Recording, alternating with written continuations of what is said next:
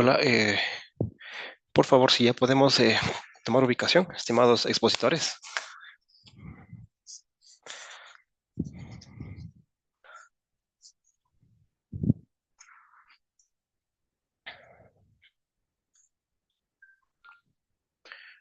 Muchísimas gracias.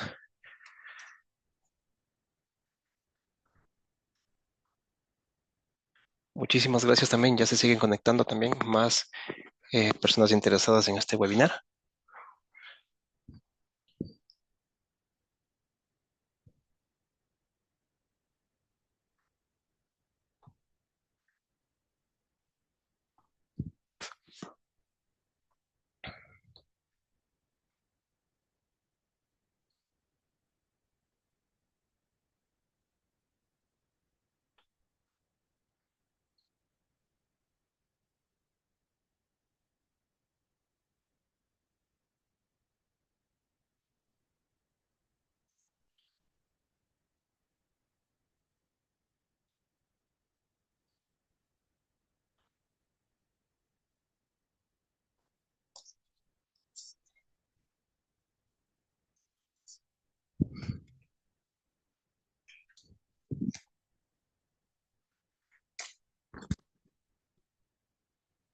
Perfecto, iniciamos entonces. Buenos días, apreciada ciudadanía del Ecuador y del mundo que se conecta a través de nuestros canales digitales de la sección nacional del Instituto Panamericano de Geografía e Historia. Sean todos bienvenidos a este evento organizado por la Comisión de Geofísica de la sección nacional del IPGH. El webinar de esta mañana se denomina Métodos geofísicos para el estudio de la corteza superior. Cabe mencionar que hace pocas semanas se desarrolló un taller presencial en la Reserva Geobotánica Pululagua. Entonces, nuestros expositores de esta mañana son quienes lideraron este taller presencial con varios estudiantes y también dirigido al público en general, interesados sobre las mediciones terrestres. En esta ocasión, bueno, reciba un cordial saludo de parte de quienes conformamos la sección nacional del IPGH, de manera especial del coronel Hugo Avilés como presidente y del magíster Ramiro Pazmiño como secretario técnico. De igual manera, a quienes se siguen ya conectando, nuevamente extendemos una cordial invitación a que repliquen este webinar y un agradecimiento por estar pendientes de las actividades científicas que desarrolla nuestra institución. Asimismo, agradecemos a las instituciones colaboradoras, en este caso a la Escuela Politécnica Nacional y también a la Universidad Central del Ecuador. Cabe mencionar de que nuestros expositores son docentes de estos centros educativos. Damos la bienvenida ya a nuestros expositores en esta mañana. Me permito mencionarles el ingeniero Gorky Ruiz, ingeniero Darío García, ingeniero Michel Toro e ingeniero Juan Gabriel Barros. Antes de darles la palabra, quiero leer una pequeña reseña de cada uno de nuestros expositores. Gorky Ruiz, PhD en Geodesia, GPS, profesor investigador de la Universidad Central del Ecuador, miembro de la Comisión de Geofísica de la Sección Nacional del IPGH y Acción Geotérmica Ecuatoriana. Realiza investigaciones geológicas de los volcanes, fallas activas del Ecuador y Galápagos, investigaciones en geotermia. Promueve la divulgación de ciencias de la Tierra para la comunidad. Muchísimas gracias, ingeniero Jorge Ruiz. Asimismo, el ingeniero Darío García, ingeniero electrónico y máster en proyectos tecnológicos, trabajador e investigador del Instituto Geofísico de la Escuela Politécnica Nacional. Tiene un nivel de experiencia en geotecnia eléctrica, participación en proyectos geotécnicos particulares durante los últimos 5 años. Es encargado de la red de monitoreo de detección de la ARES como instrumentista, trabajos geofísicos enfocados en SEP y tomografía eléctrica.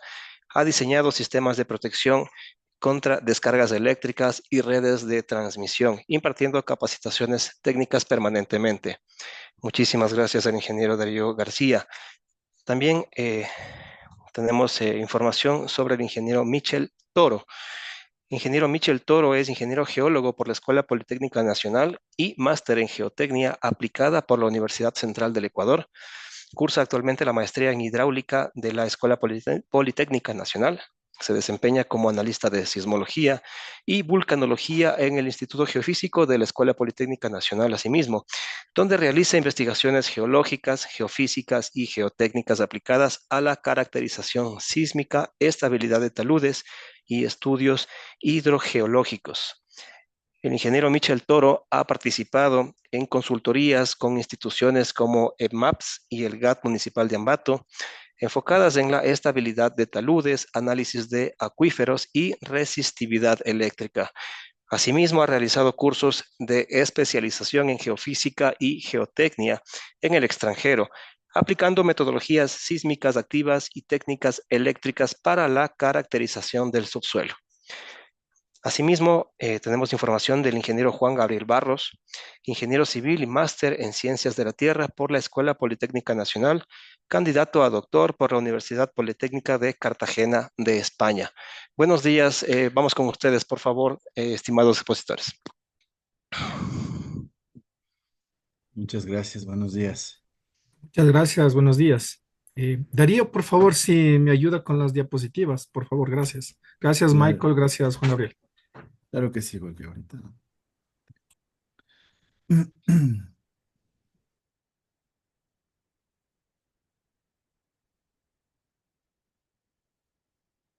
Sí, me confirman si ahí está, se puede ver ya, se está compartiendo. Sí, por favor, sí Sí. está bien. Sí, antes de iniciar, un paréntesis, por favor, rapidísimo. A la gente que ya se va conectando, por favor, de manera muy comedida, pedimos tener mucha precaución con sus micrófonos para no interrumpir a la exposición de nuestros especialistas. Asimismo, en el transcurso del desarrollo de sus exposiciones, podemos recibir sus inquietudes, preguntas, algún tipo de comentario en el chat de Zoom o también en la sección comentarios de nuestro Facebook. Estamos transmitiendo en simultáneo en nuestro canal de Facebook y sección nacional del Ecuador. Sí, muchísimas gracias, ingeniero. Vamos con usted. Gracias, gracias por la organización de todo esto, por el IPGH y también por nuestros compañeros Juan Gabriel, Darío y Michael. Gracias por todo esto. Ok, dentro de, el mes anterior, eso fue en septiembre, se realizó un pequeño taller sobre geofísica que abordó varios temáticos. Entre estos temas está la geodesia GPS, de geofísica como sismología pasiva activa y también sondeos eléctricos verticales. En esta ocasión voy a presentar la parte de geodesia. Si por favor me puedes ayudar con la siguiente diapositiva, Darío. Gracias. Claro que sí. Pues bien, en esta fotografía que he puesto allí se muestra una antena de un receptor GPS. Esto está en la cumbre del volcán Telica en Nicaragua. Se puede ver ahí la antena, los paneles solares y prácticamente estos aparatitos lo que hacen es recibir la señal de los satélites y marcar una posición de ese punto donde está fijada la antena. Normalmente un receptor puede tomar un dato cada 15 segundos, cada 30 segundos y aquellos de alta resolución que toman una muestra cada segundo. La siguiente, por favor. En este ejemplo de aquí es lo que nosotros usualmente tenemos como GPS en nuestros móviles, en nuestros teléfonos, y que nos permiten tener una ubicación geográfica del sitio donde estamos y lo podemos utilizar en la vida cotidiana, ya sea para tomar un taxi o para tener una encomienda. En esta ocasión pueden ver en el gráfico del lado derecho donde está una persona recibiendo la posición en su teléfono. Sin embargo, pueden ver la sombra. En la sombra de aquella persona se marca el error de la ubicación. Normalmente en un teléfono la ubicación del error en el GPS es de alrededor de 4 metros en el mejor de los casos. Mientras que una antena como la que habíamos mostrado en la diapositiva anterior, el error en la ubicación es de 3 milímetros, más o menos 3 milímetros. Es decir, podemos tener una ubicación con un error menor y por lo tanto hacer medidas sobre la corteza superficial. La siguiente, por favor. Sin embargo, debo mencionar también que para poder trabajar con estos aparatitos se hace un tipo de instalación especial. Pueden ver en estas fotografías cómo hay varios tipos de instalaciones. Por ejemplo, en la primera fotografía a la izquierda es una estación GPS que está ubicada en el flanco oriental del volcán Cotacachi. Allí hay una gran roca. En esa roca hay que perforar, fijar un perno, un tornillo para ubicar la antena. Ese gran bloque, por supuesto, no se mueve. En el lado derecho hay otro tipo de instalación, en ese caso es un trípode de acero inoxidable que está fijo en el suelo. En cada una de las extremidades de aquel trípode existe una base de hormigón armado. Es decir, aquella antena que está allí no se mueve tampoco, y lo que tratamos de evitar es que exista ruido del espacio alrededor. Como pueden ver en las dos fotos de allí, no hay ningún edificio cercano, es decir, están un poco alejados de los edificios grandes, alejados de los árboles, y que nos permitan tener una mejor señal. En la foto de abajo, en su izquierda, es otro tipo de monumentación. Allí es una columna de hormigón armado en el cual se ha puesto una antena GPS, y su receptor estará en una caja alrededor. En la fotografía del lado derecho inferior, este es también una antena GPS que la pueden ver allí detrás de la persona que está en la caja amarilla. Y esa antena está instalada en un flujo de lava en la zona de Panamá. Entonces allí ese punto es fijo, no se mueve, y por lo tanto la antena lo que va a registrar son los cambios de la superficie terrestre, es decir, cómo esta superficie se está moviendo a lo largo del tiempo. Es muy particular este tipo de instalaciones GPS por las siguientes aplicaciones. Vamos a hablar desde el punto de vista geográfico. En nuestro país, como todos conocemos, el Instituto Geográfico Militar mantiene una red de GPS pasivas y activas. Activas quiere decir que están tomando los datos en tiempo real y enviándolos a un computador para su procesamiento. Las redes pasivas, en cambio, o episódicas, son aquellos sitios en donde se ponen lugares fijos en las montañas o en unos mojones de hormigón, y ocasionalmente cada año o cada 2 años se hace una medida de aquella posición para construir una serie de tiempo de cómo va cambiando aquel sitio en las coordenadas geográficas. La utilidad de esto es tener un marco de referencia cartográfico para nuestro país. Por otra parte, el Instituto Geofísico de la Escuela Politécnica Nacional mantiene una red GPS para vigilar fallas activas y volcanes activos, y también la zona de subducción donde ocurrió, por ejemplo, el terremoto de Pedernales, y por lo tanto podemos saber cómo se mueve la corteza. La siguiente diapositiva, por favor. Entonces allí se pueden ver las aplicaciones. En el primer fotografía superior izquierda se puede ver unas flechas. Esas flechas corresponden a las velocidades o los movimientos de que muestran los GPS en nuestro planeta, es decir, cómo las placas tectónicas se están moviendo. En la parte inferior, en cambio, pueden ver un volcán, y hay una cámara magmática que está llenándose de magma, por lo tanto el volcán se está como hinchando, como inflándose, y aquellos GPS pueden medir aquella deformación. Y en la fotografía de la derecha pueden ver una zona de subducción, es decir, como una placa tectónica se subduce debajo de otra, y pueden ver cómo estos sitios GPS, aquellos trípodes, se van moviendo o están siendo empujados cuando están cerca de la zona de subducción, mientras que aquellos que están muy, muy lejos de la zona de subducción ya no muestran ningún cambio.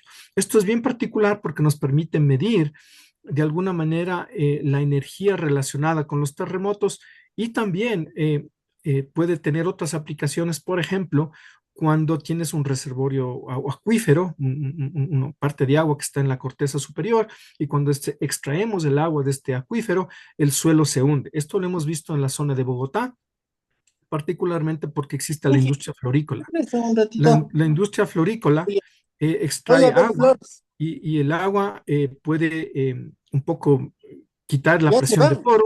Por lo tanto, la presión de poro puede ¿no? Y aquí. afectar la superficie terrestre, y la superficie se hunde. A eso le llamamos subsidencia. Está vacío. Esto ocurre en la zona de Bogotá. ¿Para Solo qué? guardar. Por favor. No falta hacer un ensayo. Es Sí. que alguien está, le pueden silenciar desde el administrador del Zoom. Ok, la siguiente, por favor. Darío, si me puede ayudar con la siguiente. Sí, ahí Gracias. está. Ok, perfecto. Entonces aquí hay una red GPS. Esos cuadros azules muestran las estaciones GPS en la parte noroccidental de Sudamérica. Esto incluye Colombia, Ecuador y la parte de Venezuela, está la zona de Panamá y Costa Rica. Entonces, como saben, esta región de las placas que están en Sudamérica y Centroamérica tienen fallas activas que pueden un poco afectar como los terremotos, ¿no es cierto? Entonces, vamos a estudiar o ver unas estaciones que están en el Valle Interandino, particularmente en Quito, aquellas estaciones que están disponibles. He puesto la página web que está ahí abajo, donde pueden un poco investigar cómo funcionan estas estaciones, el mantenimiento y qué es lo que están mostrando como deformación de la superficie terrestre. En este caso vamos a ver una estación que está en Quito, en la zona del antiguo aeropuerto. La siguiente, por favor. Entonces ahí está la estación GPS Quito 4.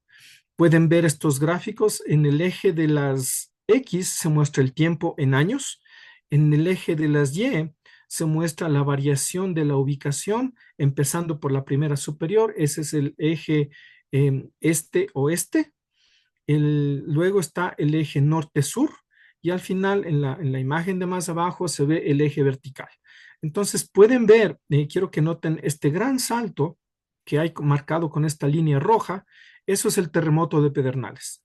Es decir, en la ciudad de Quito, cuando ocurrió el terremoto de Pedernales, esta estación GPS que está ubicada donde más o menos por la zona del antiguo aeropuerto, lo que muestra es que todo ese sitio se movió algunos milímetros hacia el oriente. En este caso es alrededor de 20 milímetros hacia el oriente, ¿no es cierto? Y luego pueden ver que esos puntos azules que están mostrando la posición de cada día, pueden ver que a través del tiempo hasta el 2026 están como moviéndose hacia el oriente, es decir, toda esa región, ese puntito se está moviendo hacia el oriente a una velocidad constante.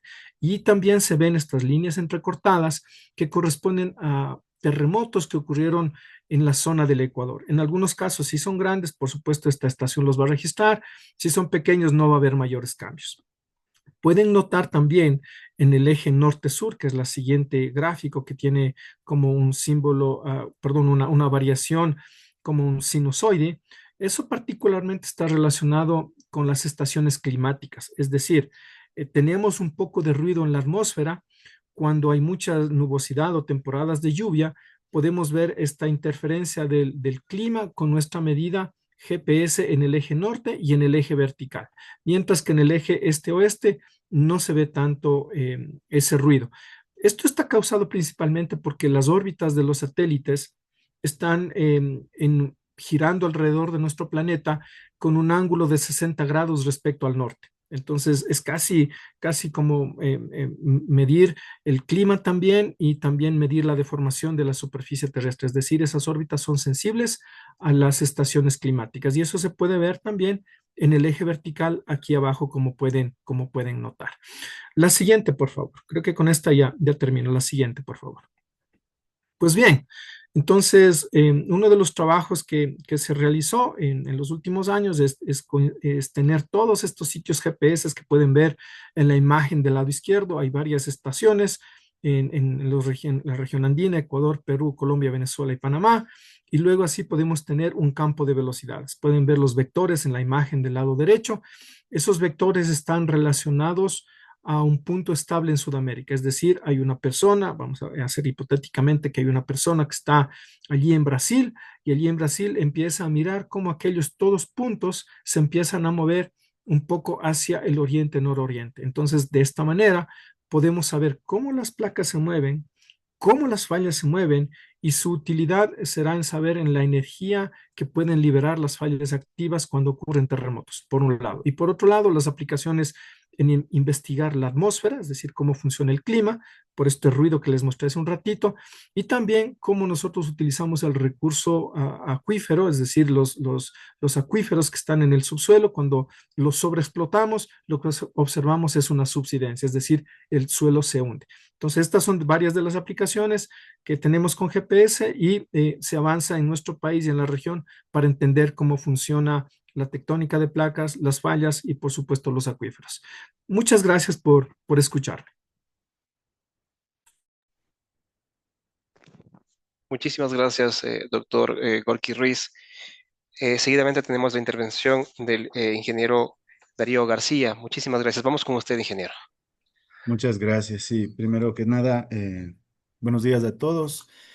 Como bien manifestó el doctor Ruiz, Gorky Ruiz, tuvimos una salida de campo que se realizó a través del CPIGE hace unas semanas atrás, en la cual recopilamos datos y pues para usar estos métodos geofísicos, que en mi caso la particularidad es en la parte eléctrica, los métodos geofísicos en la parte eléctrica, que también hay pasivos y activos, que ya se va a encargar mi compañero más adelante de comentar. Yo les voy a hablar específicamente de la instrumentación que estos equipos contienen, entonces, y los equipos que usamos para nosotros poder determinar cierta litología o lo que realmente nuestro interés, ¿no? En algunos casos es buscar agua, en algunos casos es estratificar el suelo, también podemos darnos cuenta de los deslizamientos de las fallas que existen a través de la prospección geofísica. Bien, parte de estos equipos también se usan en la ingeniería. Para la ingeniería, nosotros usamos un telurómetro. Este telurómetro tiene la capacidad de poder determinar la resistividad del suelo, que es lo que nosotros realizamos a través del método de Wiener. Existen varios métodos, como es el de Wiener y el de Schlumberger. En este caso, el de Wiener está un poco más aplicado para la parte superficial, ya lo van a ver luego por qué. Y a través de nosotros determinar la resistividad del suelo en la primera parte superficial, lo que se hace en la ingeniería eléctrica y electrónica es poder conectar nuestro sistema de puesta a tierra. Como saben, pues en estos días que llueve, hay bastantes descargas eléctricas, varios rayos impactan el suelo, las edificaciones y todo.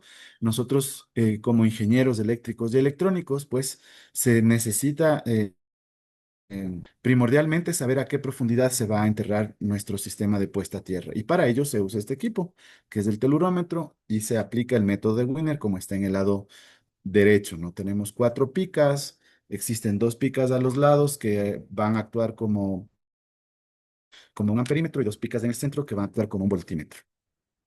Este es del equipo, es uno de los equipos que se usan para poder determinar la resistividad del suelo de una manera superficial. Como les comenté, valgo, si ustedes se fijan aquí, los cables que contiene el equipo no son relativamente grandes, no son muy extensos, entonces nosotros alcanzamos profundidades superficiales. Con este equipo en particular, alcanzamos alrededor de unos 15 a 18 metros nada más para poder pues enterrar nuestro sistema de puesta a tierra. Asimismo, con estas pinzas que se ven en el lado izquierdo superior, nosotros podemos determinar en qué estado se encuentra nuestro sistema de puesta a tierra. Entonces, digamos que la geofísica empieza a tomar forma también en la parte de la ingeniería eléctrica, que es realmente como yo empecé con la geofísica, fue realizando este tipo de trabajos para la institución en la cual laboro y también en algunos otros proyectos. Pues bien, aquí muchas de las veces se preguntarán cuál es la diferencia entre un telurómetro y la diferencia entre un resistivímetro. Pues un telurómetro, como vemos, aquí hay parte de ciertas especificaciones técnicas. Yo también había colocado un enlace, la cual podrán acceder a través de estas diapositivas. Y aquí nos dan los valores, ¿no? Los valores de las ondas, tenemos los rangos de medida, el tipo de resolución que vamos a tener. Y como les dije, esto está orientado más a la parte eléctrica, pero la geofísica también pues, se relaciona con la ingeniería eléctrica, en este caso en los métodos eléctricos. ¿Qué es lo importante cuando vayamos nosotros al campo a realizar estos ensayos? Es importante que nosotros tengamos nuestra tabla para poder anotar los datos. En la tabla, lo que nosotros debemos anotar también es la temperatura. Vamos a tener una resistencia equivalente, que es la resistencia equivalente que nos va a entregar este equipo y el resistivímetro también. Entonces, he puesto aquí esta tabla como para que se tengan en cuenta que cuando realicen un ensayo en el campo, se pueda determinar, observar más que nada la resistencia equivalente y luego aplicar pues nosotros aplicamos la ecuación de Wiener, porque nosotros estamos aplicando Wiener para poder determinar pues de manera superficial la resistividad del suelo, o deberíamos aplicar la ecuación de Schlumberger también, que ese es el método geofísico para poder ver, observar la parte del suelo más profundo. Miren, este es un ejemplo de, digamos, lo que se puede usar en ingeniería. Se hace un diseño para dispersar la corriente que genera una descarga, ¿no es cierto? Eh, la, Toda descarga que llegue a impactar alguna estructura tiene que dispersar esa corriente y esa corriente se tiene que distribuir en el suelo. Y para que nosotros pongamos nuestro sistema de puesta a tierra, debemos tener la menor resistividad posible en el suelo. Entonces, a partir del análisis del suelo podemos determinar las siguientes protecciones para los equipos, para las torres, para los edificios y en general. Igual existen varias normas para poder implementar estas protecciones y una de ellas es la IS 62305, en la cual pues divide cuando, digamos, tenemos hospitales o estadios o tenemos crudos pesados, como es el caso de Petroecuador, donde están los contenedores que tienen los líquidos inflamables del combustible, o cuando son, por ejemplo, torres de comunicaciones y bueno, hay un sinfín de casos. Ya, ahora les voy a hablar un poco sobre el equipo que usamos del día en el campo. Nosotros usamos este equipo, es un resistivímetro. Como pueden observar, tenemos ahí dos multímetros. El uno nos va a ayudar para medir el voltaje, es decir, el campo eléctrico que tenemos en el suelo, el campo natural del suelo y el campo inducido también. Y el otro nos va a ayudar para poder medir la corriente. Lo que hacemos con el resistivímetro es insertar una cantidad de voltaje al suelo y nosotros vamos a obtener una respuesta en corriente, que es la que vamos a ir anotando cada vez, como vimos en las hojas anteriores. Cabe destacar que obviamente cuando nosotros realizamos igual los ensayos geofísicos, esta es una fotografía realizada el día del campo que fuimos al complejo volcánico ahí en el Pululagua. Necesitamos nosotros tener en cuenta en la parte técnica cómo vamos nosotros a encender los equipos. Tenemos todo lo necesario, nuestros equipos tienen fuentes autónomas de energía, necesitamos llevar una fuente de energía, en este caso nosotros llevamos un generador. Este generador nos generaba hasta 1000 vatios y con estos 1000 vatios nosotros podíamos insertar ya el voltaje en el suelo para poder medir. Eh, Normalmente para hacer prospecciones geofísicas se utiliza el método de Wiener combinado con el método de Schlumberger, que eso ya lo van a ver un poquito más adelante. Yo les hablo solo de los equipos por ahora. Ah, También tenemos que tener en cuenta que un resistímetro tiene picas, tenemos un cable, como ven este cable ya es un carrete de cables porque nosotros cuando ya hacemos las prospecciones, pues lo que tratamos de averiguar no está solo en la parte superficial, sino queremos conocer más abajo, ¿no? Más allá de los 15 o 18 metros que se podría alcanzar con el anterior equipo que era un telurómetro. Aquí hay ejemplos de lo que buscamos, nada más. Entonces, lo que nosotros tratamos de, mayormente, lo que tratamos de encontrar son acuíferos, generalmente tratamos de encontrar huecos en el suelo y para eso se utilizan los CEPS, los ensayos CEPS, que consiste en distribuir las picas alrededor del suelo y poderlas conectar del modo del modo de Wiener o del modo de Schlumberger, como se muestra en esta figura. Ya, aquí tenemos realmente lo que sucede, ¿no? Cuando nosotros inyectamos voltaje en el suelo, lo que estamos haciendo es variar el campo electromagnético también. Y como ustedes ven en el lado izquierdo, lo que hacemos es captar a través del multímetro y a través del amperímetro, que están ahí conectados, que en este caso representarían los dos equipos azules que se ven en la fotografía aquí. Nosotros vamos a empezar a tomar las medidas que el suelo tiene al inicio y que el suelo tiene cuando ya lo inyectamos. Y en el lado derecho tenemos un ejemplo para cuando nosotros queremos hacer una tomografía eléctrica. ¿Qué es una tomografía eléctrica respecto a un ensayo CEF? A un ensayo CEF. Sí, entonces una tomografía eléctrica es la conexión de varios puntos, ¿no? Aquí tenemos solamente cuatro picas. En una tomografía eléctrica nosotros tenemos infinidad de picas que se abren y se van combinando los métodos y es lo que nosotros vamos anotando. En este caso hay ahora equipos que pues nosotros normalmente como se ve en la fotografía, nosotros lo hacemos manual, movemos las picas, nos movemos nosotros, estamos conectando, interconectando todo el tiempo y lo hacemos de una forma manual.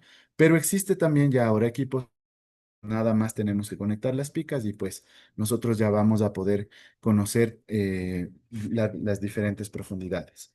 ¿Qué nos indican los métodos? El método de Winder nos indica que mientras nosotros más nos abrimos, vamos a poner el ejemplo de la primera diapositiva, significa que, como ustedes ven, la primera apertura es A. En la segunda apertura tenemos 2A, 3A, o sea, es un factor, pero siempre es la misma apertura. En este método, la distancia que nosotros movemos nuestras picas va a ser la profundidad que nosotros estamos analizando debajo del suelo, lo que nosotros estamos viendo. Luego de eso lo tenemos que relacionar con la cantidad de ohmios por metro que tenemos, digamos, en la tabla. Aquí se puede ver la cantidad de ohmios por metro y luego de esto nosotros también asociamos a un tipo de suelo. Ya. ¿Qué buscamos? Pues nosotros al saber el suelo podemos ya detectar ondas. Como ustedes ven aquí, esta es una onda sísmica. Tenemos un histograma y son las ondas que nosotros vamos a poder determinar también a consecuencia de hacer un análisis del suelo y lo que podríamos esperar, como también lo manifestó el doctor Gorky Ruiz. Sí. A continuación les va a conversar mi compañero un poco más, Michael, sobre los métodos geofísicos que se usan, ¿no? Eso es todo de mi parte, gracias. Muchísimas gracias, ingeniero Darío García, por su importante información. Continuamos con usted, ingeniero Michel Toro, por favor. ¿Cómo están? Muy buenos días. Bueno, si bien es cierto, vamos a comentarles acerca de unas metodologías que se aplicaron para hacer un estudio de prospección geofísica superficial. Como bien ya han comentado los compañeros, nosotros realizamos métodos eléctricos y métodos sísmicos en una prospección superficial cerca más bien en la orilla del volcán Pululagua, en los bordes, y nosotros tenemos una estación acelerográfica de parte del Instituto Geofísico de la Escuela Politécnica Nacional. La idea de esto fue caracterizar la zona para poder tener una mejor relación en cuanto a los registros que se van a tener en esta estación. En este caso voy a hablarles, a comentarles acerca del método eléctrico como primer lugar. Para ello, todo método geofísico necesita estar estrictamente relacionado con la geología. Nosotros tenemos varios rangos de datos que nos dan según la metodología que nosotros apliquemos, y estos datos tienen que estar asociados a lo que nosotros vemos e interpretamos en campo cuando se hace un levantamiento geológico.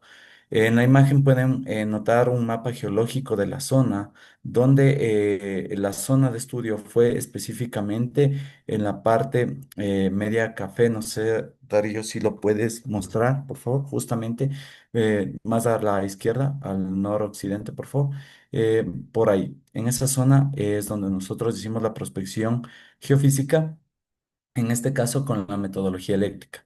Si bien es cierto, Darío comentó acerca de las metodologías, en este caso fue un sondeo eléctrico vertical que se extendió más o menos entre 15 a 20 metros de prospección en profundidad. Nosotros extendemos 6 veces la profundidad para tener una mejor eh, seguridad en la calidad de los datos. ¿Listo? Entonces, teniendo un contexto geológico donde nosotros sabemos qué tipo de materiales vamos a encontrar, podemos asociarlos a un tipo de litología con una resistividad eh, que es característica de esta, ¿no? Entonces, podemos cambiarle, por favor. Ya, entonces nosotros para esta metodología tenemos 4 electrodos. En la parte derecha, en la imagen derecha, nosotros vemos que hay dos líneas que conectan, una roja y una negra, que son en la parte superficial, que son los electrodos de corriente y los electrodos de voltaje. Entonces, los electrodos de corriente son los que están afuera, es decir, los que están en la línea roja, y estos van a inyectar una corriente que nosotros mandamos mediante un pulso generado por electricidad obtenida de un generador, ¿no? Entonces, ingresa la corriente, nosotros vemos el potencial natural que tiene el suelo antes de inyectar la corriente, luego lo vemos cómo cambia cuando inyectamos la corriente y ahí tenemos una diferencia de potencial.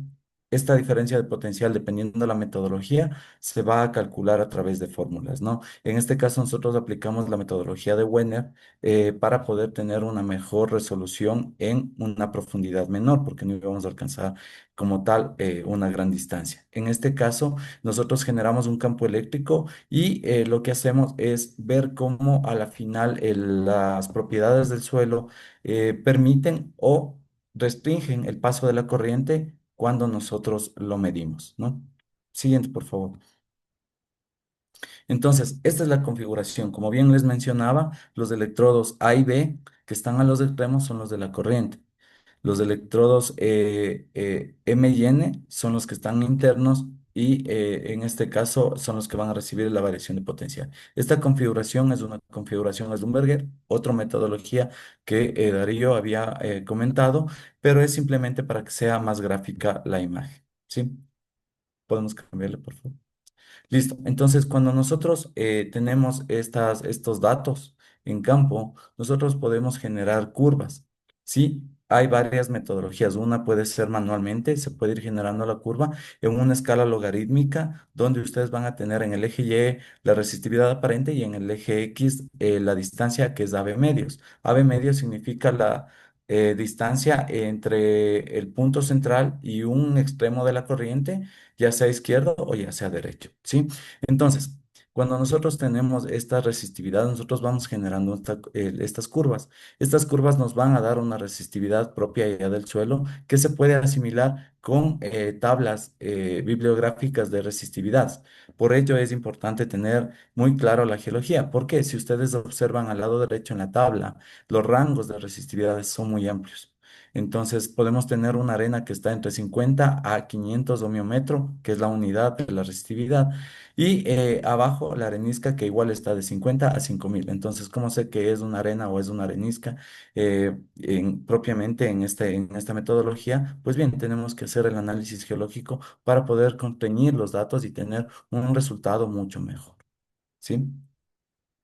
Y a la final, como les habían comentado, esto fue parte de un curso también, donde los estudiantes que aprendieron todas estas metodologías pudieron procesar y fueron unos tres resultados que pude obtener de los informes que ellos presentaron y que ustedes pueden notar que tienen tendencias similares. Sí, esto fue obtenido a través del software IP2Win con el cual nosotros empezamos a trabajar. Entonces se tienen los datos, ingresa estos datos al software y nos va generando curvas, las cuales nosotros tenemos que depurar tanto en datos obtenidos en campo como posterior a los datos obtenidos en campo para suavizar las curvas y que sean más cercanos a la realidad porque no podemos tener variación en picos o pueden ya tener una idea de qué datos son erróneos o no. ¿Sí? Eso sería dentro de la parte eléctrica y estos son los resultados obtenidos por los estudiantes que fueron y que pudieron participar de este curso que se hace generalmente en el IPGH. Finalmente, me gustaría compartir, permítame un segundo, Vas a la compartir metodología de tú. sísmica activa. Sí, sí, Tú gracias vas a Darío. compartir para dejar de Sí, compartir. Ah, ok, sí, ya, gracias Darío. listo.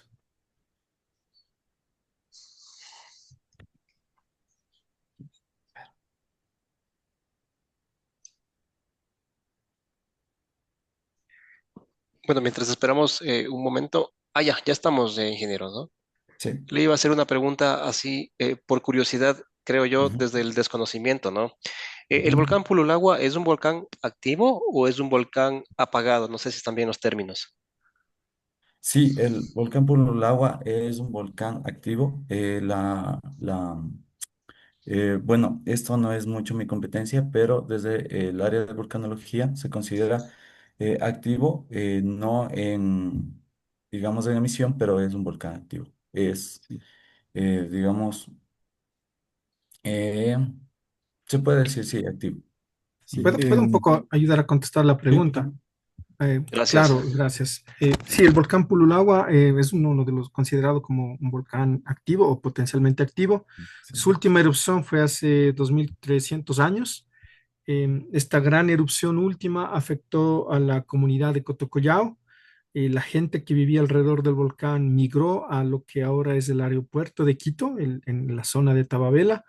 Y claro, estos métodos eléctricos y geofísicos nos permiten contrastar lo que vemos con geofísica versus lo que conocemos como las capas de esta última erupción.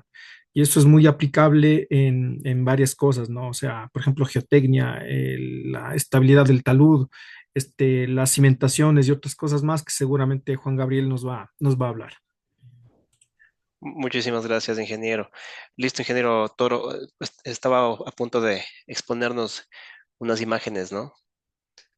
sí, justamente, bueno, es otra de las Gracias. metodologías que nosotros aplicamos, que es la sísmica activa. Entonces, dentro de esta sísmica activa, nosotros eh, tenemos, bueno, desplegamos en el volcán Purulagua una línea sísmica, la cual nosotros generamos un evento, nosotros lo llamamos un evento a generar una liberación de energía a través de un golpe con un martillo de 20 libras, el cual va a generar unas ondas que van a ser transmitidas por el suelo y con esto nosotros podemos identificar cuántas capas hay, qué estructuras hay, dependiendo la metodología que vayamos a ocupar aquí. Entonces, para quedar un poco más claros, nosotros tenemos diferentes metodologías asociadas a las propiedades que nosotros queremos caracterizar. En el principio estábamos hablando de la parte eléctrica, entonces veíamos la resistividad que tiene el suelo a dejar que pase la corriente eléctrica, ¿no? Que es una metodología activa en la cual nosotros generamos igual el pulso de corriente eléctrica. En este caso es en cambio por las ondas, ¿sí? Es por las ondas que nosotros vamos a generar a sí mismo. Antes era con pulso eléctrico, en este caso es con un pulso de un golpe, ¿no? Entonces generamos el evento, las ondas se transmiten a través del subsuelo y estas nos van a, según el tiempo en el que lleguen, nos van a generar una información. Toda esa información es a través de la velocidad. Si nosotros tenemos un punto cero en donde nosotros damos el golpe y tenemos varios sensores detectados, perdón, sensores instalados a una distancia conocida, nosotros lo que vamos a tener es el tiempo en el que llega cada onda a estos sensores y la distancia. Entonces, por ende, vamos a tener la velocidad. En este caso, nosotros lo que estamos o vimos en el campo es cómo fueron los derribos tanto de las ondas P como de las ondas S. Para este caso en específico que les voy a hablar yo, voy a hablar sobre la refracción sísmica, que es el análisis de las ondas P. ¿Sí? Entonces, después de haber obtenido las ondas en el campo, nosotros tenemos estas señales en diferentes programas. Las señales que están a la izquierda son las que se ven cómo llegan o son los derribos que tienen en cada uno de los geófonos. Cada línea que está en horizontal, perdón, en vertical, son los geófonos o los sensores que están instalados a lo largo de la línea. Estos sensores sísmicos o geófonos que están instalados aquí son los que receptan estas señales.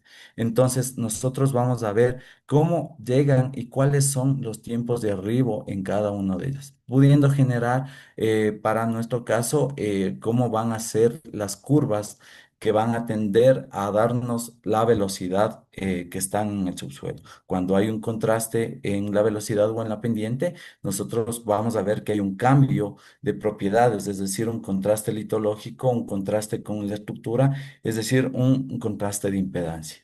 ¿Sí?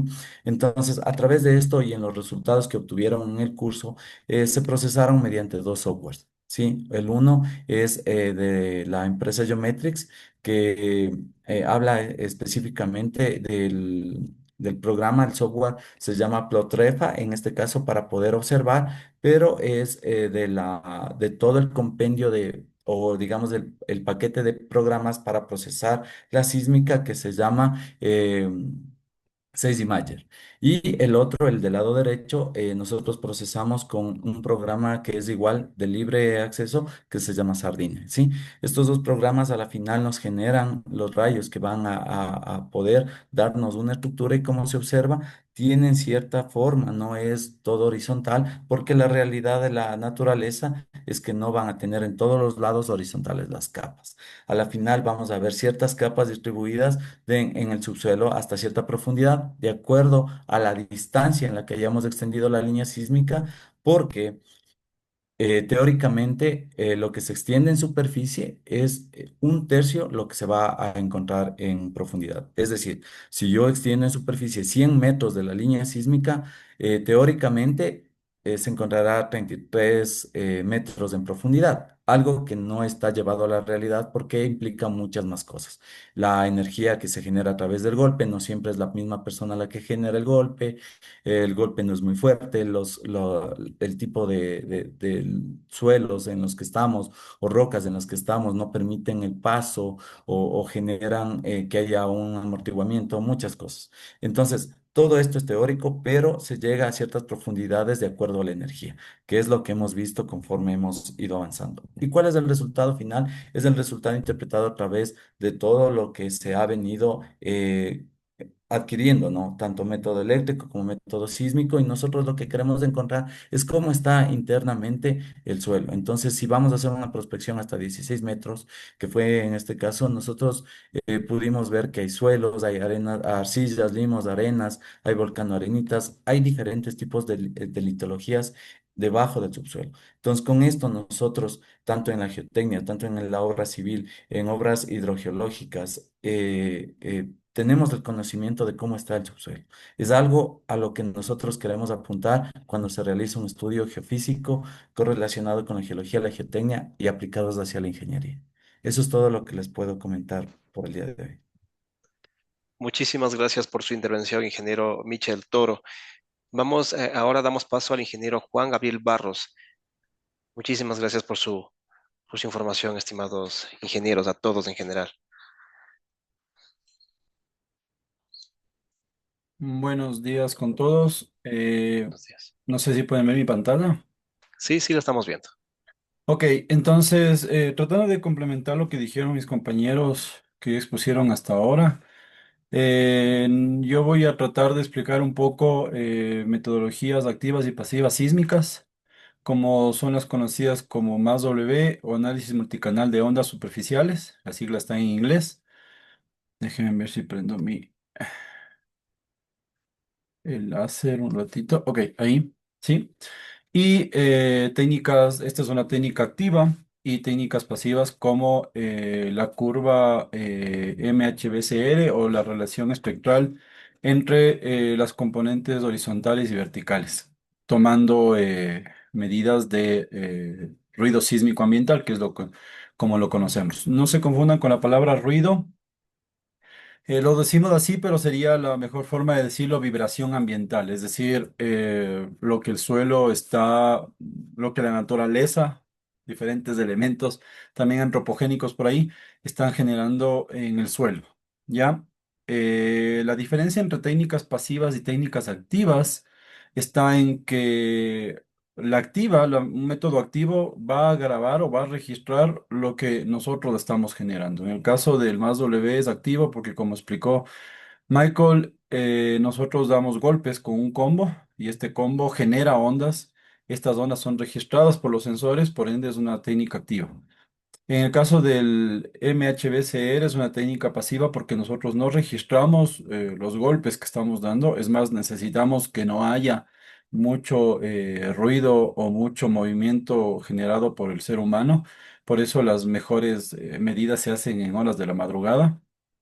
Pero esa vibración natural propia del suelo es la que nos va a permitir estudiarlo. ¿Sí? Eso como introducción. Como ya igual explicaron la lógica de esto, de este estudio fue dentro del marco de la segunda Escuela Panamericana de Geofísica que se llevó a cabo el anterior mes, si no me equivoco. Tuvimos una salida de campo, la cual coordinamos también con la Comisión de Geofísica para hacer una especie de barrido de métodos geofísicos en los cuales queríamos que sea cercano a una de las estaciones acelerográficas, bueno, no sé si es acelerográfica, creo que es sísmica, de una estación sísmica del instituto, lo cual en este caso cumplía un doble propósito, ya que todas las estaciones deben estar caracterizadas, lo cual es saber en qué tipo de suelo están instaladas. Entonces hicimos una línea sísmica, como pueden ver en la línea roja, y en el punto azul hicimos un sondeo eléctrico vertical, como ya explicaron mis compañeros. Entiendo, si mal no entendí, Gorky, esta estación también tiene una estación de GPS, un sensor de un receptor GNSS, dicho de mejor manera. Entonces creería que es una estación multiparamétrica. Lo cual es bueno. La lógica de estas estaciones siempre es que podamos tener en un mismo sitio una estación acelerográfica, sísmica, un receptor GNSS, es decir, que podamos medir aceleración, velocidad y desplazamiento. Entonces, dentro de esta lógica se hizo estas medidas, ¿ya? Yo voy a explicar un poco de la teoría que está por detrás rápidamente. Si les aburro, me avisan. Todo a la final, cuando genera un golpe, es como verlo de esta manera, ¿no? Estoy generando un golpe concéntrico en un sitio y las ondas van a moverse concéntricamente, como podemos ver en esta imagen, y se van a ir alejando del sitio donde lo vamos a llamar nosotros epicentro, por así decirlo. A medida que se alejan las ondas concéntricas en un medio que en este caso es el agua, un medio homogéneo, van a ir bajando su amplitud, ¿no? Entonces, ondas más cercanas al epicentro tendrán una mayor amplitud, ondas más alejadas del epicentro tendrán una menor amplitud y como ven también tendrán obviamente una longitud mayor, una longitud mayor al epicentro. Se forman círculos perfectos porque el medio es homogéneo, pero en el caso de la Tierra y de las diferentes capas que están, sobre todo superficialmente hablando, el medio no es homogéneo, es muy heterogéneo. Entonces nosotros utilizamos, voy a quitar esto para poder ponerle play. Entonces nosotros nos valemos de las mismas ondas que se suceden en un sismo, ¿no? Entonces, en este caso, digamos que se genera un sismo. Nuestra estación o nuestros receptores están en esta casita.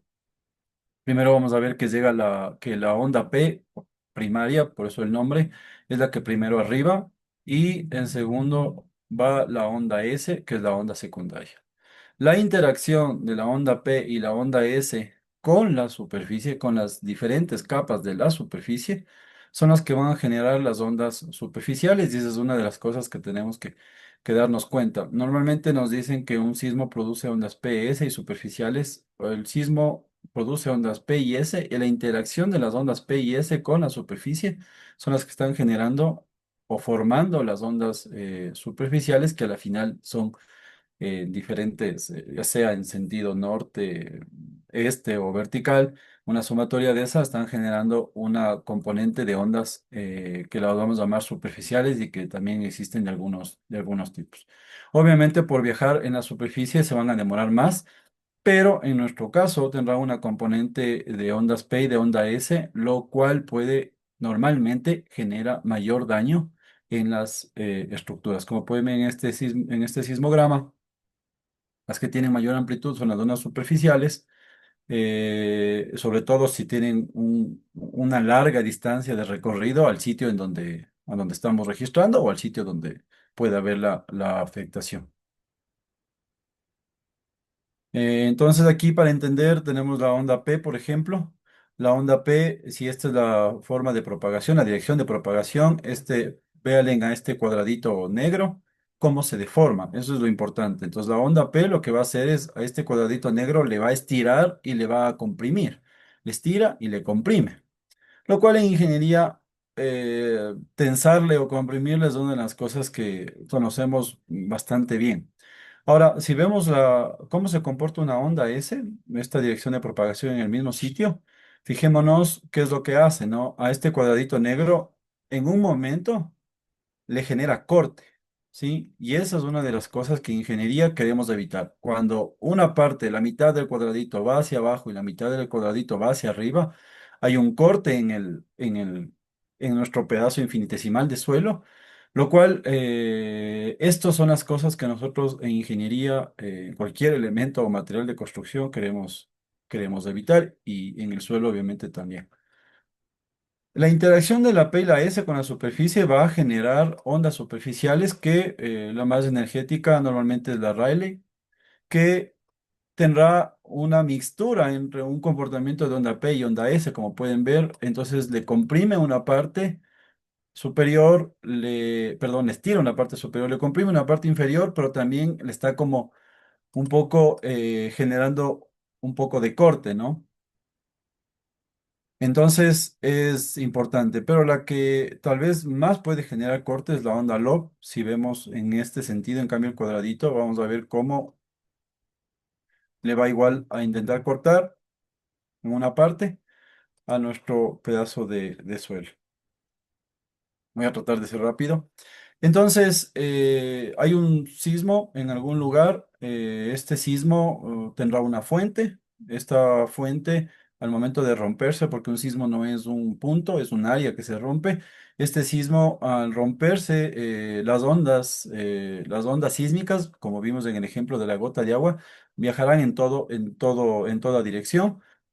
Sí, obviamente en el caso de un sismo hay un sentido de direccionamiento, es decir, ondas P y ondas S viajarán con mayor o menor amplitud en sentidos, en ciertos sentidos, dependiendo en cómo fue la ruptura del sismo. Pero en este caso tendrán un camino. Este camino llegará a un sitio donde están las estaciones, que son los triángulos blancos. Y será diferente, obviamente, cuando esta señal sísmica llegue a un sitio que está en montaña o un sitio que está conocido como nosotros decimos una cuenca sedimentaria, es decir, un sitio que tiene varios estratos de suelo o capas de suelo que no han sido muy compactadas. Entonces, la señal sísmica que nosotros recibimos es una convolución, es una multiplicación, si queremos decirlo, de la fuente, es decir, cómo se rompió, es importante saber cómo se rompió, el camino que tomó y el sitio en el que se registró esa señal sísmica. Eh, ay, tengo que quitar esto para poder darle clic. Entonces, aquí tenemos unos modelamientos cedidos por algunos colegas de la UNAM, en el que podemos ver qué es lo que pasa, ¿no? Entonces, la onda superficial o las ondas P y S que ya llegaron a la superficie y se empezaron a convertir en ondas superficiales, empiezan a viajar por la superficie. Este viaje por la superficie, obviamente, sí, es un sitio homogéneo, es decir, por donde viajan es el mismo sitio, tendrán el mismo comportamiento hasta que se encuentren con, por ejemplo, con una montaña, es decir, con un sitio que representa una heterogeneidad. Cuando pasa eso, claro, las ondas van a pasar a través pero un grupo de ondas se rebotarán, por decirlo así, ¿ya?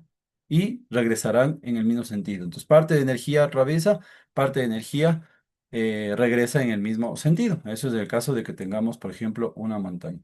Pero lo que más nos preocupa a nosotros es el caso de una cuenca sedimentaria, es decir, qué pasa cuando tengo una heterogeneidad a ambos lados, que es el caso típico de Quito. Quito está aquí. Tenemos acá el complejo Pichincha o el Atacazo, y por acá podemos tener igual, si podemos decirlo así, la loma de Pongasí y Lompicí, que están básicamente cerrando la cuenca de Quito.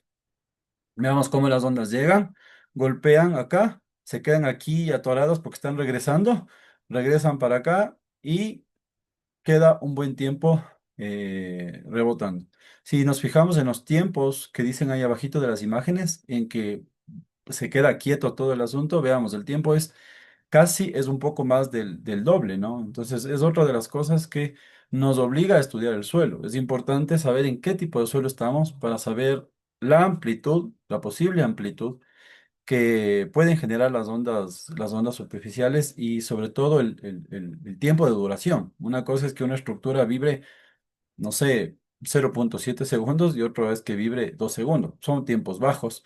Pero en el caso de una estructura eso puede, o de un sismo fuerte como el de Pedernales, sabemos que vibraron en el sitio más cercano como 52 segundos, si no me equivoco, en sitios más lejanos como Quito, un poco más de un minuto. Entonces, las ondas sísmicas van a alterar, van a comportarse diferente dependiendo en qué tipo de suelo estén. Esa es básicamente la conclusión.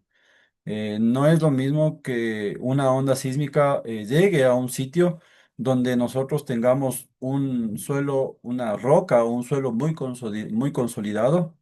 Según nuestra norma, es velocidades mayores de 760 metros por segundo. O la onda pase por un suelo sedimentario pobremente consolidado. Y peor aún, llegar a un suelo que sea granular y que esté sobresaturado o que también sea un suelo orgánico que esté sobresaturado. Este tipo de suelos orgánicos sobresaturados los tenemos en el sur de Quito. Entonces, podemos ver acá la diferencia de los sismogramas y la diferencia de amplitudes de los tres tipos, digamos, tres tipos de ondas en cada tipo de suelo. Esto es un ejemplo, obviamente. Entonces, podemos ver que sea la onda P, la onda S o las zonas superficiales en tipos de suelos o en suelos saturados van a generar una mayor amplificación de sitio. Y ese es el término correcto, amplificación de sitio. La amplificación de sitio está caracterizada sobre todo porque hay una amplificación, pero una amplificación en bajas frecuencias. Es decir, cuando viaja la onda con altas frecuencias,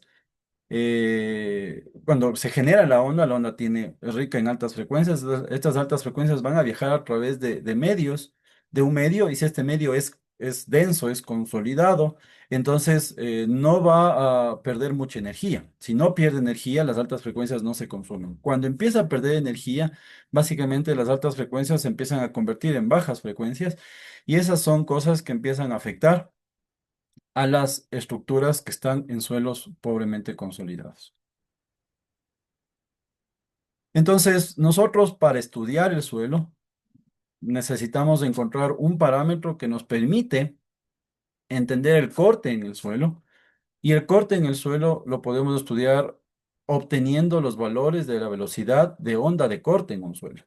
La norma ecuatoriana permite clasificar los suelos de dos maneras, sea con el número de golpes de un ensayo que se llama SPT, que en países como en Chile no se utilizan ya para clasificar el suelo. Se confía plenamente en el valor de la velocidad de onda de corte. Entonces, la velocidad de onda de corte nos va a decir que a mayor velocidad, si la onda de corte puede viajar a través de un suelo muy rápido, el suelo es compacto, es denso. Si la velocidad de onda de corte viaja lento a través de un suelo, entonces el suelo no es compacto, no es denso, no está muy consolidado. Y eso es lo que buscamos con los ensayos de geofísica, que son los que nos van a ayudar a encontrar la velocidad de onda de corte. Entonces, para el más W, igual que para la refracción sísmica, ponemos un grupo de sensores. Aquí el número de sensores no, o sea, no tiene puede tener una injerencia en los resultados finales si no se procesa relativamente bien, pero si se sabe el procedimiento, el número de sensores no tiene una repercusión. Normalmente hoy por hoy se hace con 12 o 24 sensores por todo el tema ya electrónico, que es muy bueno. Entonces golpeamos con un combo de 16, 20 libras, generamos ondas sísmicas. Estas ondas sísmicas obviamente viajarán la onda directa, la onda refractada, la onda reflejada, y al momento que las ondas refractadas empiecen a interactuar con las capas superficiales del suelo, generarán ondas superficiales, que son las que en el caso del más W necesitamos registrar. Estos sensores son geófonos. Normalmente en estos estudios hacemos con geófonos verticales, es decir, sensores que solo van a medir la variación o el desplazamiento, en este caso la velocidad, o la velocidad del desplazamiento en sentido vertical. ¿Ya? Todos estos sensores mandan a un sismógrafo o un digitalizador sismógrafo que va a registrar y lo va a enviar a una computadora donde visualizamos y registramos nuestras señales. Al final, lo que tenemos es una traza dependiendo de cuántos sensores tengamos, digamos de 12 o 24 trazas en las que vamos a ver, como se ve aquí, cómo el golpe, desde en este caso los primeros sensores, viajan hasta el último sensor. Y aquí en esta imagen, por ejemplo, es muy interesante poder darnos cuenta cómo nosotros vemos en esta primera parte la señal, el primer arribo de la señal.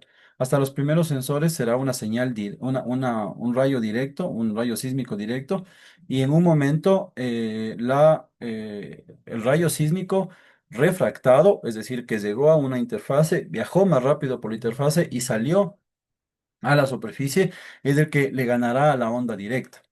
Y por eso es refracción sísmica. Y entonces, por aquí ya empezamos a ver, por ejemplo, que hay, en este caso, es un ejemplo de una publicación que, como pueden ver, ahí está la referencia.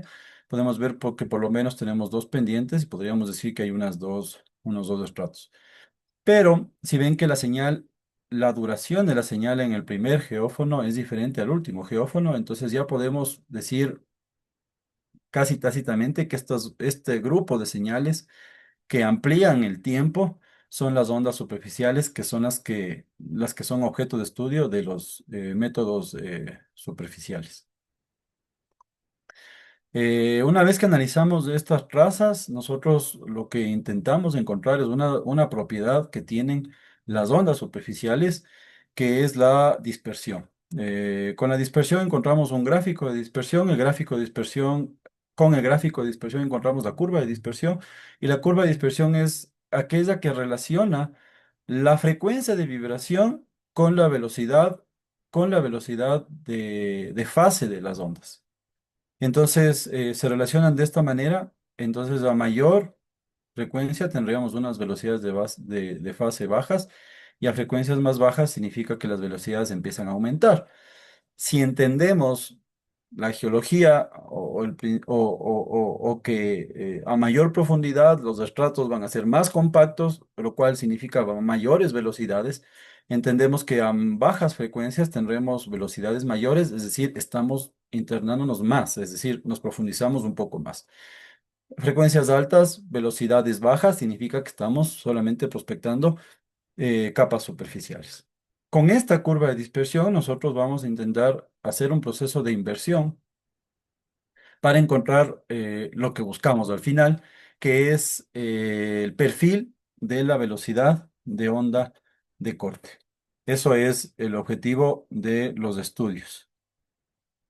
Em, Rápidamente, el proceso de dispersión lo que hace es, claro, a mayor frecuencia tengo longitudes de onda más bajas, a más baja frecuencia tengo longitudes de onda más profundas, y eso es a la final lo que yo necesito encontrar con estas fórmulas con esta fórmula principal que ustedes pueden ver aquí.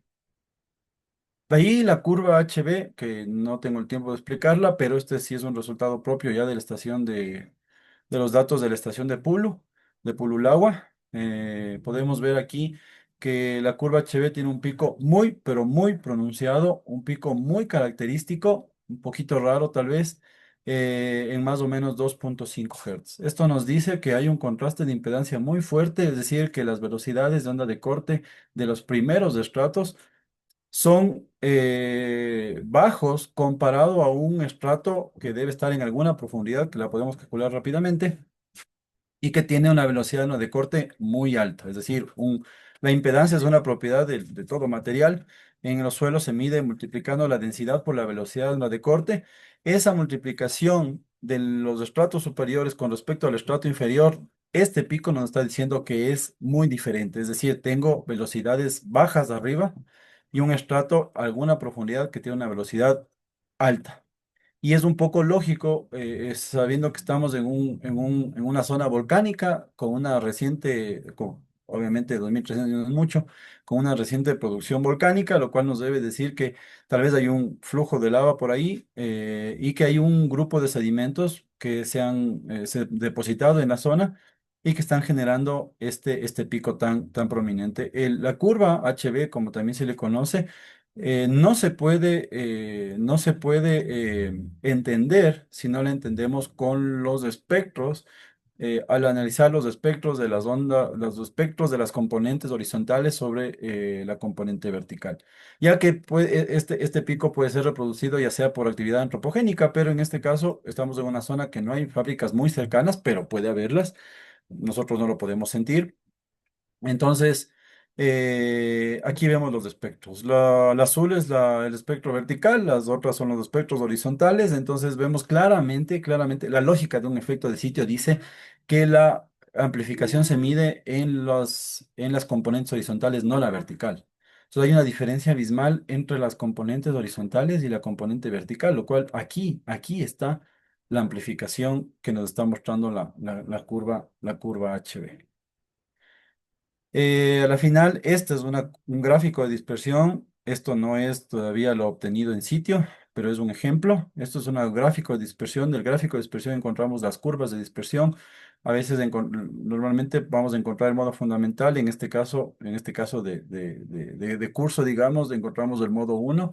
Y con esta curva de dispersión más la curva HB, nosotros generamos una inversión parecida a esta, donde vamos a poder encontrar nuestro perfil de onda de corte. Eso es lo que les puedo contar. Muchísimas gracias. Muchísimas gracias la participación del ingeniero Juan Gabriel Barros por tan importante explicación. Lo mismo para los demás expositores. Muchísimas gracias por su información. En cada webinar que nosotros compartimos con la comunidad, no solamente llegamos a la parte nacional, local, sino también estamos conectados con los 21 países miembros que conforman el Instituto Panamericano de Geografía e Historia a nivel del continente. Tenemos unas inquietudes por parte de nuestro público que las he recopilado para irlas respondiendo brevemente. No están especificadas como para quién pueda ir la pregunta, pero entre ustedes podrán ponerse de acuerdo para sus respuestas breves. Muchísimas gracias. Eh, a ver, nos dice Diana Rodríguez, con las herramientas de medición y monitoreo de los volcanes del Ecuador, ¿se puede prevenir alguna posible erupción volcánica? Por favor. Ya. Yo le podría contestar esta Ujú. pregunta a Diana. Gracias, ingeniero García. Bueno, como saben, el Instituto Geofísico tiene una amplia red de monitoreo aquí en el país. Nosotros contamos con varios instrumentos para monitorear. Monitoreamos situaciones que tienen que ver con la parte sísmica, analizamos los gases, analizamos también la temperatura a través de cámaras térmicas y bueno, hay un sinfín de metodologías. Ahora, prevenir como tal una erupción volcánica no es posible, sino que lo que hace más bien un volcán es empezar a darnos señales. Por ejemplo, hay aumento en el número de sismos. Hay sismos que se producen todos los días cerca en los volcanes que son imperceptibles para nosotros, pero sí los instrumentos son capaces de detectarlos. Entonces, se contabilizan estos sismos, ¿no?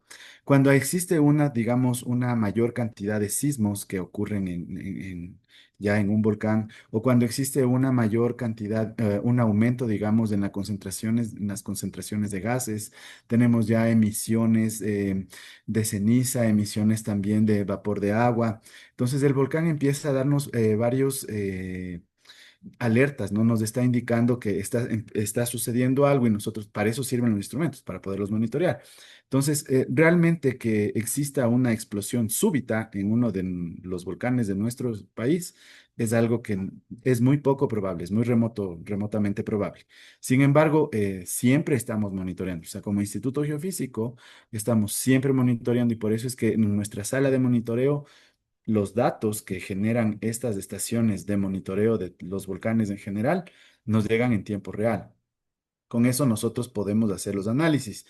Aquí en el instituto hay compañeros que se dedican a la parte sismológica, como son en el caso de Juan Gabriel y Michael, y a la parte vulcanológica, que antes Gorky era parte de nosotros también, y se dedican a evaluar y a analizar estos datos que se generan tanto en los volcanes como también en las fallas que tiene el país.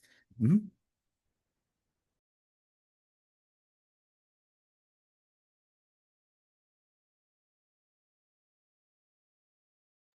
No se te escuches, no, no, Ahí estamos.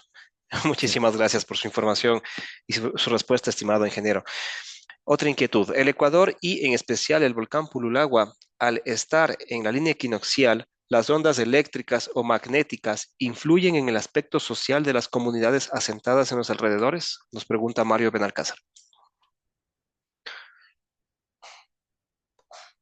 Les repito la pregunta.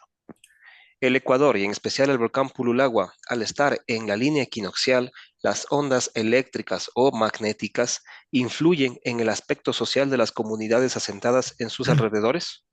Yo puedo un poco contestar la Ujú, pregunta. La respuesta es no. ujú. Más bien, el estar en el centro, en la línea ecuatorial, en realidad, hace que nuestro peso, es decir, nuestra masa corporal, sea un poco menor comparada con la medida de nuestro peso cuando nos vamos al polo norte y al polo sur. Eso tiene que ver con la forma del planeta, es decir, en la línea ecuatorial, recuerden, en la escuela nos enseñan que nuestro planeta es como una naranja achatada en los polos. Entonces aquí lo que ocurre es que la gravedad es menor. Ya en el ámbito social, comunitario, creo que cuando uno visita la mitad del mundo, los museos y todo esto, lo que se observa allí es que las comunidades que se asentaron en la zona del Purulagua eh, le utilizaron aquel sitio como un observatorio geográfico astronómico. Es decir, la gente que antes vivía allí ya sabían que más o menos se encontraban en la mitad del mundo y por eso un poco pueden visitar Catequilla, pueden visitar los restos arqueológicos de allá, más desde el ámbito geográfico, astronómico, ha tenido un impacto cultural importante en la región. De allí, en la parte de geofísica de lo que estamos haciendo aquí, pues no hay ninguna incidencia. Muchísimas gracias, doctor Gorky Ruiz. Tenemos otra inquietud. ¿Qué otros volcanes están siendo monitoreados y en qué condiciones se encuentran? Luis Martínez con esta inquietud.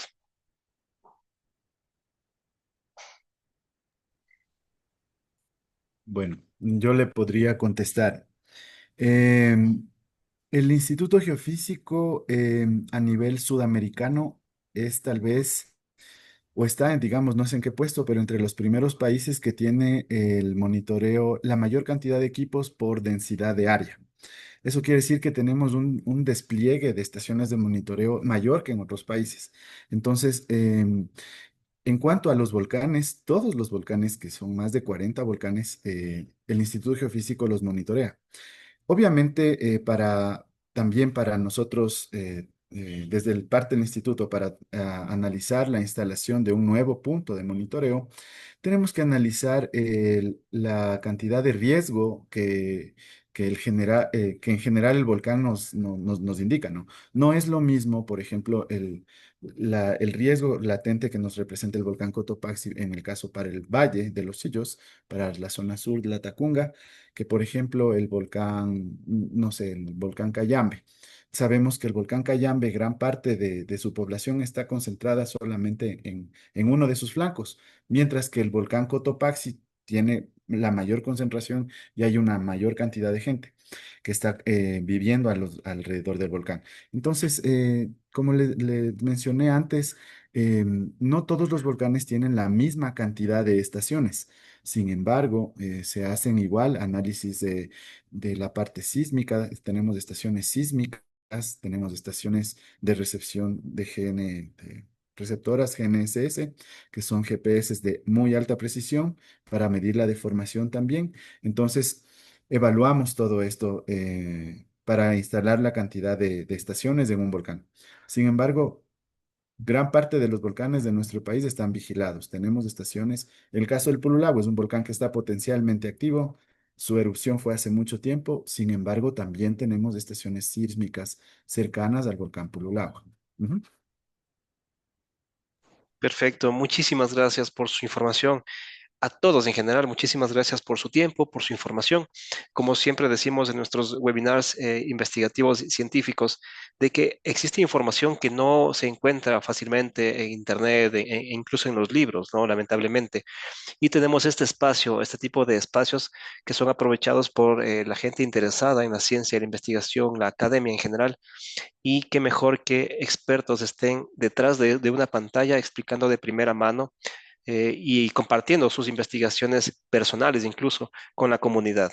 Muchísimas gracias por eso, estimados ingenieros, en esta ocasión. Agradecemos su presentación, su participación. Asimismo, agradecemos a las instituciones cooperantes, ¿no? En este caso, la Universidad Central del Ecuador y la Escuela Politécnica Nacional. Entendemos que ustedes son docentes investigadores de estas dos instituciones y, claro, colaboran también a nivel internacional con otras que tienen algún tipo de relación con lo que ustedes están eh, estudiando, investigando. Todo el tiempo están empapándose de más información para compartirla con la comunidad. Agradecemos igual, reciba un agradecimiento por parte del coronel Hugo Avilés, presidente de la sección nacional del IPGH, magíster Ramiro Pazmiño, secretario técnico. Por favor, sus últimas palabras, su despedida. Muchísimas gracias nuevamente. Claro, muy gentil eh, por por la organización, el IPGH. Ha sido algo súper relevante que logramos hacer en una semana y por supuesto con el apoyo de nuestros compañeros Darío, Juan Gabriel y también Michael. De mi parte, yo agradezco mucho a la audiencia por su tiempo hacia nosotros, un agradecimiento a los compañeros y en especial al IPGH, a la Comisión de Geofísica, por la coordinación de todo este evento y por supuesto estamos con mucho ánimo y dispuestos a compartir lo que nosotros estamos generando como conocimiento en nuestras universidades y para la comunidad. Muchas gracias por su tiempo y habernos escuchado el día de hoy. Agradecemos nuevamente ingeniero Gorky Ruiz, ingeniero Darío García, ingeniero Michel Toro, ingeniero Juan Gabriel Barros. Hasta una próxima ocasión con todos. Buenos días, buenas tardes, buenas noches también en otras partes del mundo que nos están mirando a través de nuestros canales digitales. Muchas gracias, hasta una próxima. Gracias Muchas también. gracias. Hasta Hasta la luego. Se próxima. cuidan, por favor. Hasta luego. Gracias. Gracias.